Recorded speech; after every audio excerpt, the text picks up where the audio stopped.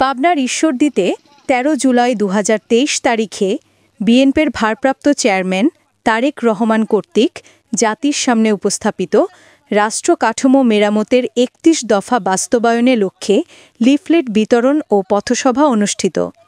পাবনা থেকে জাহাঙ্গীর আলমের প্রতিবেদনে দেখুন বিস্তারিত। ক্যামেরায় ছিলেন সোহানুর রহমান। পাবনার ঈশ্বরদী বাঁশেরবাদা শুক্রবার বিকেলে এক বিশাল পথসভা অনুষ্ঠিত হয়েছে।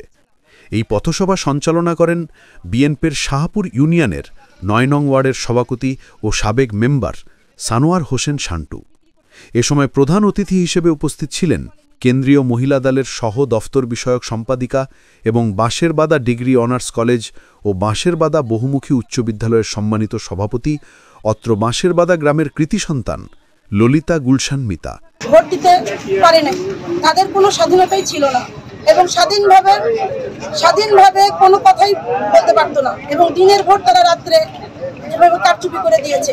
আমরা চাচ্ছি এই রাষ্ট্র কাঠামোটি, তারেক রহমানের যে রাষ্ট্র কাঠামোটি, এটা আমরা দাঁড়ে দাঁড়ে এই বার্তা, এই বাণী পৌঁছে দেবো।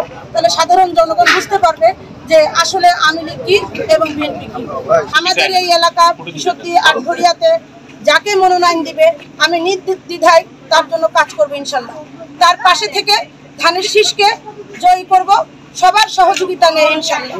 এ সময় আরও উপস্থিত ছিলেন সমাজসেবক জাহাঙ্গীর হোসেন, ইকবাল আহমেদ অলিভ, বাবু মল্লিক, আরিফুল ইসলাম, বুকুল হোসেন, হোসেন আলী, রাসেল আলী, শাউন মোল্লা, সদর আলী সহ বিএনপির অঙ্গ সংগঠনের নেতৃবৃন্দ।